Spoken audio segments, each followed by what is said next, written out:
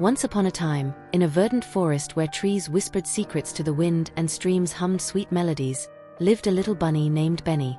Benny had the softest, most orange fur you could imagine, long ears that swayed when he ran, and big, bright eyes like 2 stars in the night sky. But Benny had a problem. He was very, very stubborn, especially when it came to his precious carrots. Every day, very early in the morning, when the sun was still yawning on the horizon, Benny would leave his cozy burrow to tend to his garden. It wasn't just any garden. It was the most beautiful and organized garden in the entire forest. Perfect rows of carrots grew there, each one more orange and succulent than the next. Benny watered them lovingly, talked to them as if they were his best friends, and even sang lullabies so they would grow strong and healthy. "My carrots, my dear carrots," he would murmur every morning, gently stroking the green leaves. "You are mine alone, and I will protect you from everyone." Benny had built a very high fence around his garden, with a huge sign that read, "Benny's property, no entry," in very large, red letters, so no one would have any doubts. The other forest animals watched Benny from afar.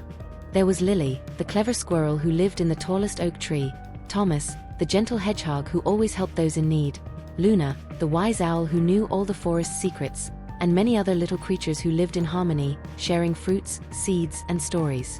But Benny? Benny didn't want to share anything. One day, Lily the squirrel came down from her tree and approached Benny's fence. She was a bit thin, as she had spent the entire winter storing nuts, and now that it was spring, her reserves were almost gone. "Hi, Benny," said Lily with a friendly smile. "What beautiful carrots you have. Could you give me a tiny one? I'm very hungry." Benny immediately went on alert, with his ears up and his eyes wide. "No!" he shouted, running to stand in front of his carrots like a bodyguard. "These carrots are mine. I planted them, I watered them, I took care of them. Go look for food somewhere else." Lily was surprised by Benny's reaction, but tried once more. "But Benny, you have so many carrots. And I only need a tiny one so I won't be hungry. I could even help you take care of the garden in exchange." "Never." Benny stomped his foot on the ground so hard that a small hole formed. "Nobody touches my carrots. Nobody." Lily sighed sadly and left, her fluffy tail dragging on the ground. The next day, it was Thomas the hedgehog's turn to appear. He was carrying a small empty basket and looked tired. "Good morning, Benny," said Thomas politely. "I heard you have the most delicious carrots in the forest. My grandmother is sick and can't go out to look for food. Could you sell me a carrot for her?" Benny didn't even let Thomas finish speaking. "Sell? Sell?" Benny jumped up and down like a spring. "My carrots are not for sale. And I won't give any away either. Your grandmother can figure it out herself." Thomas was shocked by Benny's rudeness. "But Benny, it's just one carrot. And it's for a sick grandmother. I don't care if it's for the queen of the forest." Benny crossed his arms stubbornly. "My carrots stay with me." Thomas shook his head, disappointed, and left dragging his empty basket. News of Benny's selfishness spread quickly through the forest. All the animals learned that the little bunny refused to share his carrots, even when someone was in need.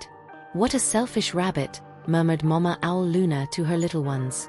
"I've never seen such stubbornness," commented Mr. Badger while digging his burrow. "Poor Benny," sighed Mother Rabbit, who lived on the other side of the forest. "He doesn't know what he's missing." But Benny didn't care about the others' comments. He was happy as could be taking care of his garden alone, talking only to his carrots and bragging about how perfect they were. "Look how beautiful you are today," he would say every morning. "And you're all mine, only mine. I don't need to share with anyone." The weeks went by, and Benny's garden continued to prosper.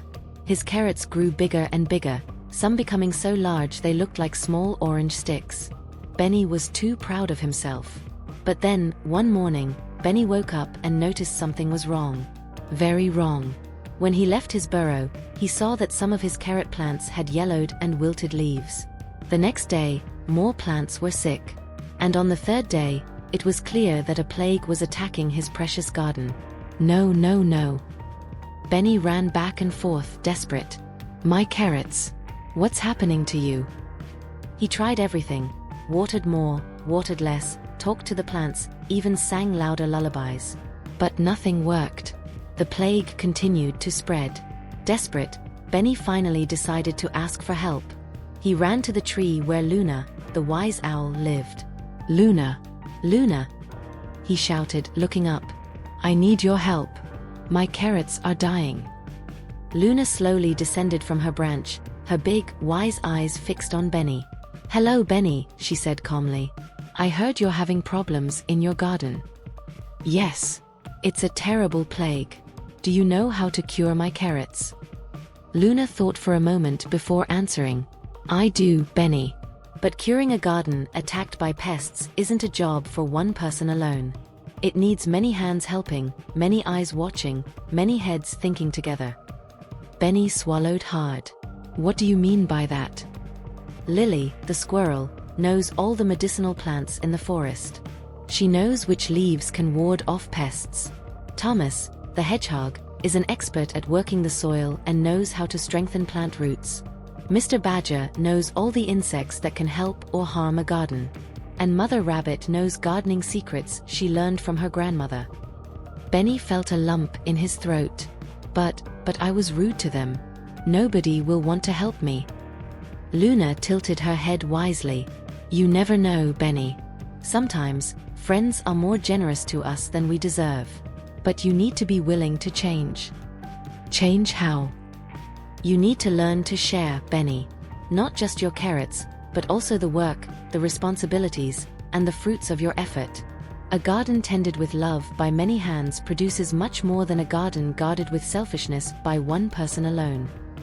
Benny looked at the ground, feeling ashamed.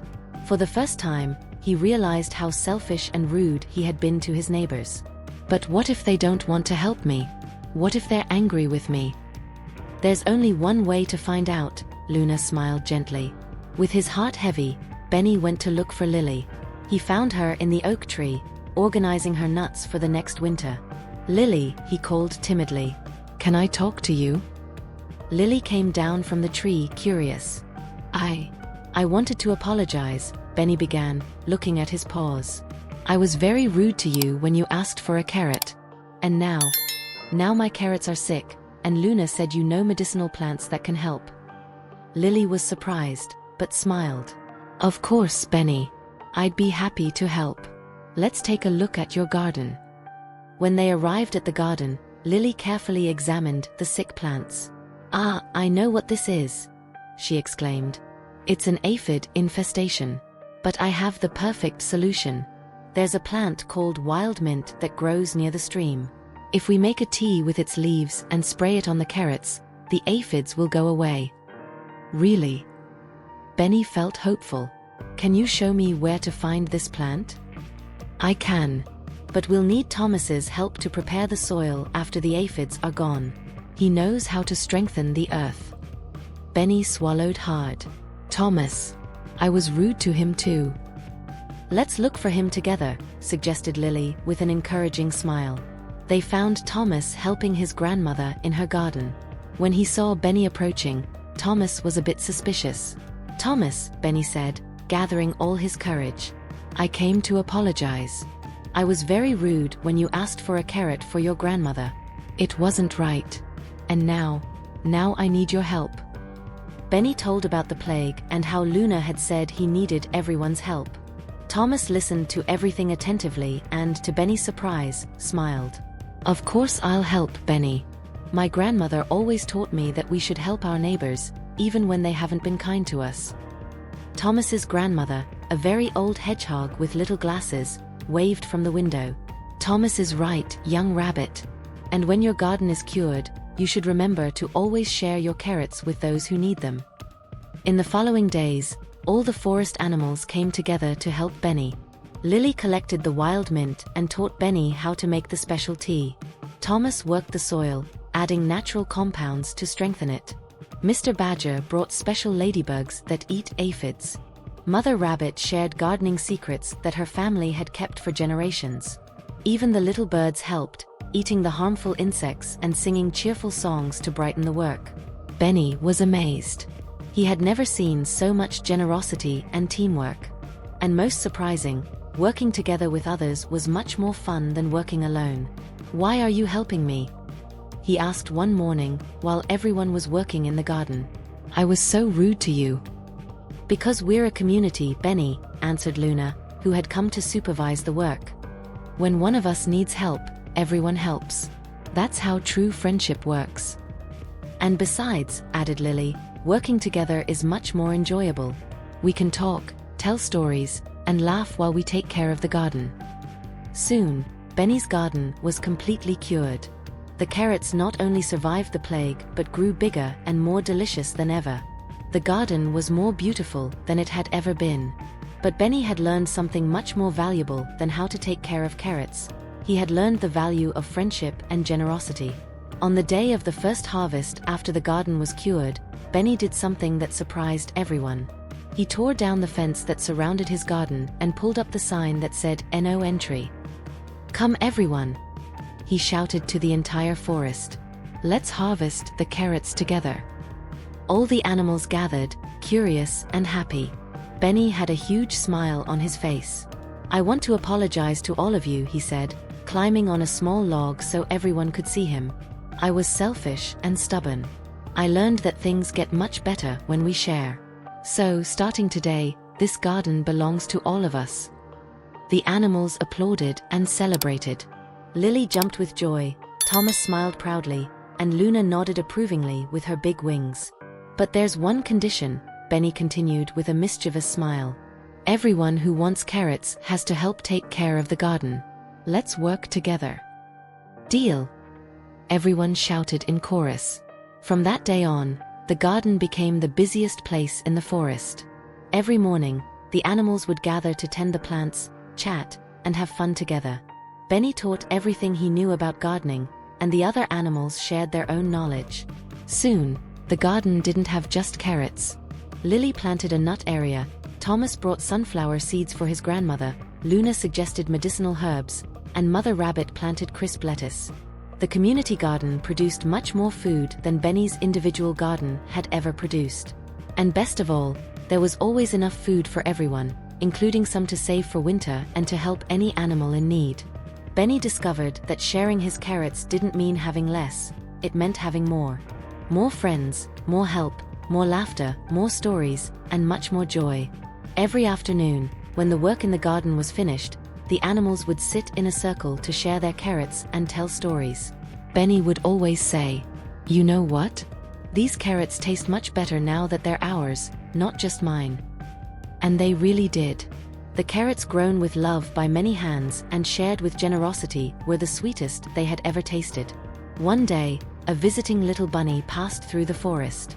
He saw the beautiful garden and asked Benny, "Wow, is this garden yours? What huge carrots." Benny smiled and shook his head. "No, it's ours. All of ours. Want to try a carrot? And if you want, you can stay and help us take care of it." The visiting bunny was so impressed with Benny's generosity that he decided to stay in the forest forever. And so, the garden grew even more, along with the community of friends. On starry nights, when all the animals were in their homes, Benny would look out the window of his burrow at the garden that now belonged to everyone. He would smile, remembering how he used to be stubborn and selfish. "How silly I was," he would murmur to himself. "I thought keeping everything just for myself would make me happier, but sharing with friends is what really made me happy." And Benny was right. He never again became stubborn when it came to sharing. On the contrary, he became known throughout the forest as the most generous rabbit that had ever existed. The community garden became famous in neighboring forests. Animals came from far away to see how a community could work together in such harmony. And Benny would always tell his story to visitors. "Once upon a time there was a stubborn little bunny who didn't want to share his carrots," he would begin, with a smile on his face. "But this little bunny learned that life becomes much sweeter when we share our blessings with others."